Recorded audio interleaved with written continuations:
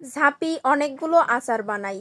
যে লোকটার ডিস্ট্রিবিউট করার কথা ছিল ইনকার কথা মতো সে ঝাঁপিকে জানায় যে সে ঝাঁপির আচারগুলো বিক্রির জন্য নিতে পারবে না। ঝাঁপি মহা বিপদে পড়ে যায়।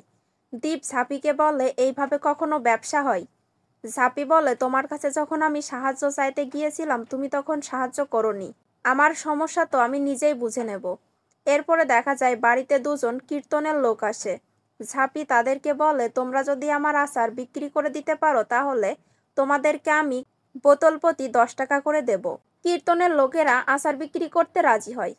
এরপরে ঝাঁপি তার সব আচার ভিক্ষুকদের মধ্যে দিয়ে দেয় বিক্রি করার জন্য। দীপ ঝাঁপিকে বলে, আমার এক্সপিরিয়েন্স বলছে তুই অনেক বড় ভুল করলি।